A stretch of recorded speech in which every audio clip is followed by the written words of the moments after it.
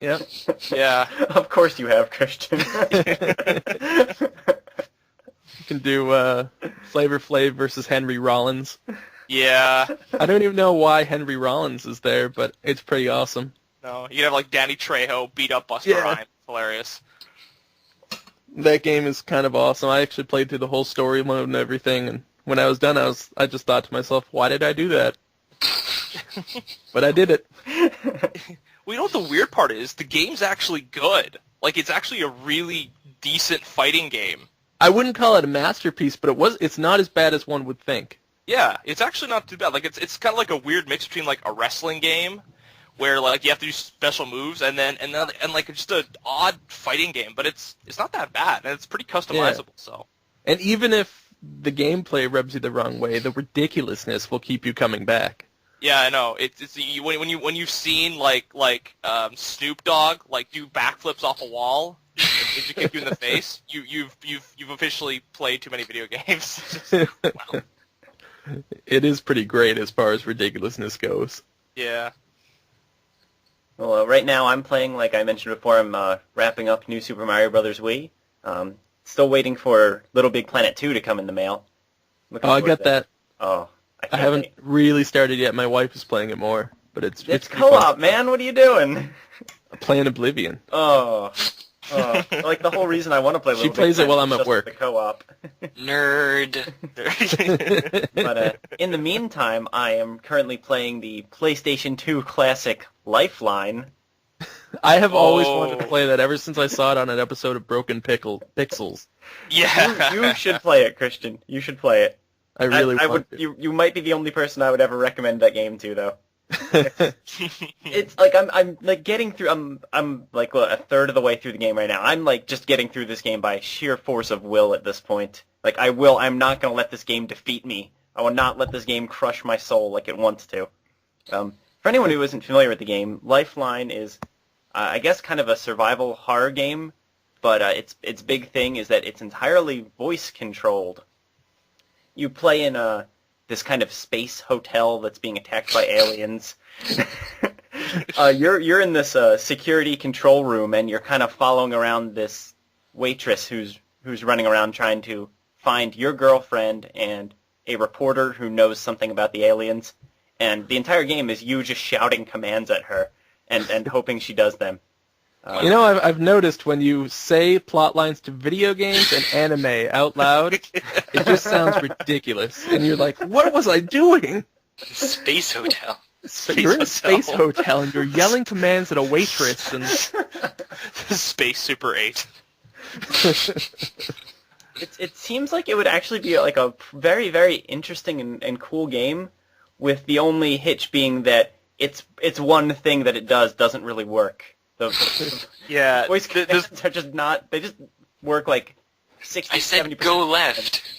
Which is Well, a how can problem. you get- Like it would still be easy to deal with if it weren't there's just so many opportunities for your character to get killed in this game. Like if it was just like a normal adventure game, it would be a lot easier to deal with. But there's all this combat, and you'll say, okay, dodge left, you're about to get hit, and she'll be like, run forward, okay.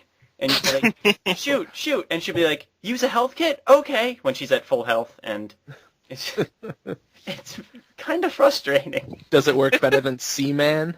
The one time I tried Seaman, I couldn't get him to do anything, so... I couldn't do Yes. anything with that game. It I also think works one a little time- better than the voice-activated part of Mario Party 7. I think one time I got really frustrated with Seaman, and I just started belting out cuss words, and he was like, hey, right back at you, buddy. So that's the only thing he ever understood. Actually, when I was doing the voice-activated part in Mario Party, it's like there's this trivia game where they ask questions and you actually just say the answers into the microphone. Mm-hmm. And my friend just kind of went off on the host of the game, swearing up a storm, and he got it right. He got the answer right. Oh, voice software. So, yeah, Lifeline is virtually the only game I'm playing right now, and it's really depressing. Well, see, I think what Lifeline sounds like is, people will yell at horror movies like, no, he's behind the door! and it sounds like someone got really drunk and was like, oh man, That'll be a great that'd be game. an awesome game. Yeah. Yeah, that's kind of what it's like. But I am determined to see my way through this game. Like, the story is actually mildly interesting. There's some kind of conspiracy that I'm unraveling, and I kind of want to see how it unravels. It's just a matter of whether I can tell her to do that, I guess. What else? Jetty, what are you playing now? Oh, actually, I'm going to use this to sort of segue into my part of the podcast, my topic. Okay. I've been playing a variety of indie games lately. Ooh. Recently, well, I don't know how recently it was anymore. Somebody posted Pandaland on GameCola? Oh yeah, Matt Jonas reviewed that, I think, like a month ago, something like that. Yeah. Yeah, and it was an incredibly short game, and very very simple, but it was sort of I don't know. I was sort of inspired because the style of the graphics and stuff were a little different than what most indie games go for, I think. I thought it was pretty cool. But then after playing that, I went back and I played Tower of Heaven again, and then I was playing The Underside and A Game with a Kitty, if any of you guys have ever played any of those games. I played Tower of Heaven. It was a good one. I do like that. But nobody plays indie games. I do. I haven't played any of the ones you've mentioned. Yes, that's true. I don't know, well, I guess I'm more into, not really Flash games and stuff so much as retro-styled, sort of console-esque games. So... You haven't played Cthulhu Saves the World, have you? I have not. Because that looks kind of cool. It's like a 16-bit RPG where you play as Cthulhu. Interesting. Looks fun. It's on Xbox Live Indie Games. I think they are working to put it on the computer. I don't know if they have yet, though. Yeah, I was going to say is that I do not own an Yeah. Xbox. I don't even own an original Xbox. Anyway, but yes, I am a programmer by day, and I like to do some programming myself, and so perhaps programming a game would be cool, but I tend to be less interested in Flash, so I'm not really interested in making a Flash game, which sort of limits me, I think, in actually getting a game out to the public. Because do people actually play video games anymore? No, nobody. No, yeah, it's just... I I thought we were talking about cats. Well, the concept of actually having a game that you load on your computer, I don't know. It seems that consoles are the way to go anymore. Well, I disagree, actually. Definitely Steam and Impulse and Direct to Drive, PC gaming's really coming back. I personally, I play AGS games all the time, and I know a bunch of people who, adventure game studio games. I was actually going to bring that up, too. Oh, okay. Oh, go ahead, though.